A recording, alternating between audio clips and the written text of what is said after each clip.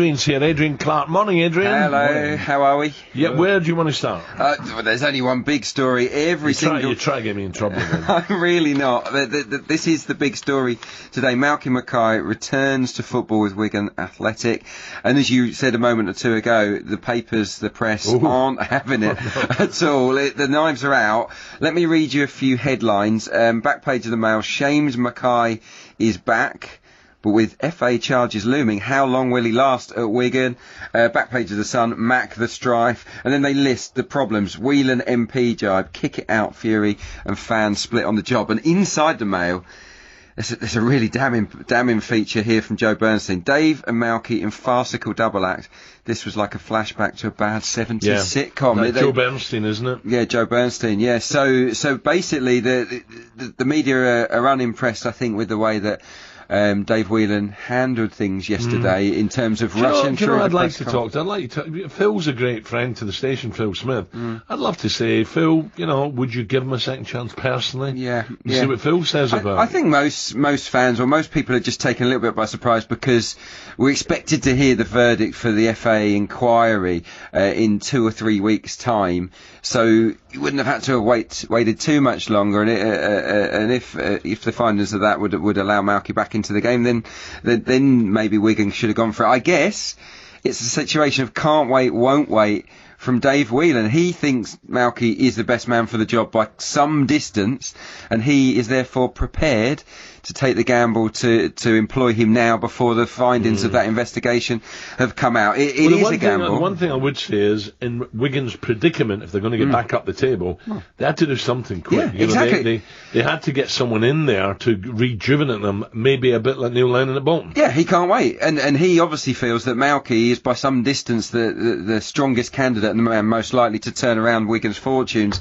It's just the way that it was all handled. Henry Winter has written an interesting argument piece in the Daily Telegraph today. And I will read out the paragraph if you don't mind. Under Wigan Athletics in-house rules, any fans at the DW Stadium court making similar comments to those found on Malky Mackay's mobile phone will be liable to, and he quotes, arrest, prosecution, confiscation of their season ticket, and being banned from all future games involving the club. This is taken from Section 7 of Wigan's Customer Charter. So Henry's accusing Wigan of double standards, and look, if that is the case, it wouldn't be the first time in football we've seen that. Look, Dave Whelan is the custodian of Wigan Football Club, and he wants the team to do well, and he obviously sees Malky as the right man, but the press aren't impressed with it, and nor are the kick it out, the local MP, everyone's up in arms. No, don't.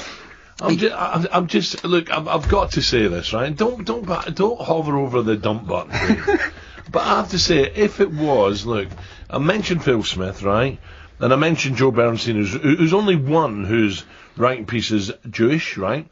If Malky had said that fat Welsh guy or that fat jock, right, would it be as bad? Would it be as bad? Do you know what I mean? And let's be honest about this. If he was talking about me and that fat jock, and would I go mad about it? I think it's blown up. I think it's just too much, to be honest. Yeah. It's not. And this was done in private, by a private text email, which on a company phone somehow comes out. Yeah, but it is out, and it's if somebody has done something wrong, then lose his job. Well, I don't want to get involved in Sheffield United, but this guy should never work in football again. Is that what we're saying? No, I don't think we're saying that. We just need to wait, don't we, to see what the FA come up with. I think in the next 2 or 3 weeks.